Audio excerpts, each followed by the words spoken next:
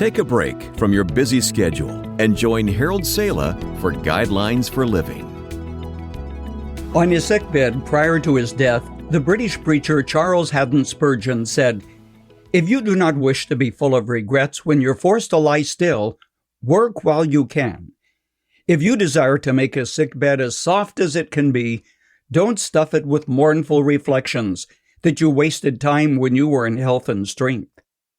I suppose it's only natural when you get to the place Spurgeon described that you have regrets.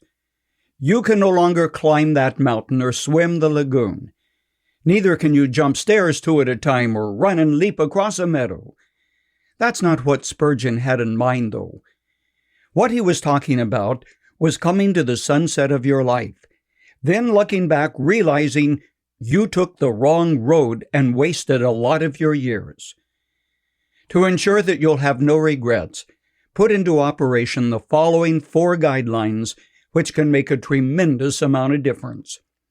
Guideline number 1, do it now.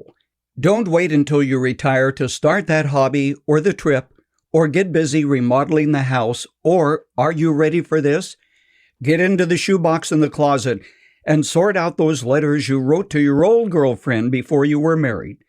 You know, the ones you would just as soon that your children didn't read after you're gone. I'm also suggesting that you make peace with your enemies now and get rid of the bitterness which made enemies out of friends. Guideline number 2, plan it now. Okay, there are some things that you can't do now, things that take preparation and planning.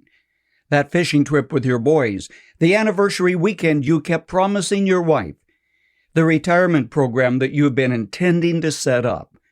Good intentions are not enough. A dream is a goal with a timeline attached. By the way, put to rest that notion that there's plenty of time later on. You can't broker your future. As she lay dying, Queen Victoria, the British monarch, is said to have cried out, my kingdom, for an inch of time." I'm amazed at the number of people who have no written wills outlining what they want done with their assets, which by default often go to the government, or fall into the hands of those who little appreciate them or will not use them as the donor would have really wanted. Guideline 3, say it now. The teacher who so influenced your life. You've always been intending to find her and tell her how much you appreciated what she did. You've also been intending to tell your dad how much you love him, something that just doesn't come easy because of a broken home. Don't wait. Say it now. Guideline 4, live it now. Make your peace with God now, not when you're on a deathbed. Deathbed conversions are seldom real, said Matthew Henry long ago, adding, and true conversions are seldom made on the deathbed. Writing to the Corinthians, Paul penned these strong words, I tell you, now is the time of God's favor. Now is the day of salvation.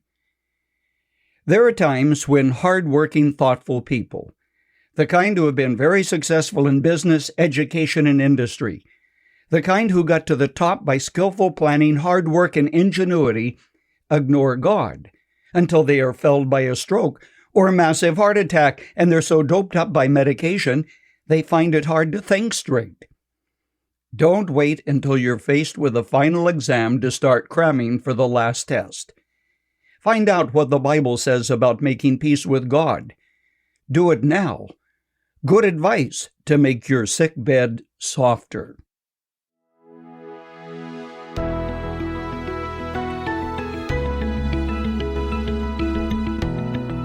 You've just heard Guidelines for Living. For more practical and inspirational messages, visit guidelines.org. If you find our devotionals helpful and would like to share them with others, consider supporting our ministry with a donation.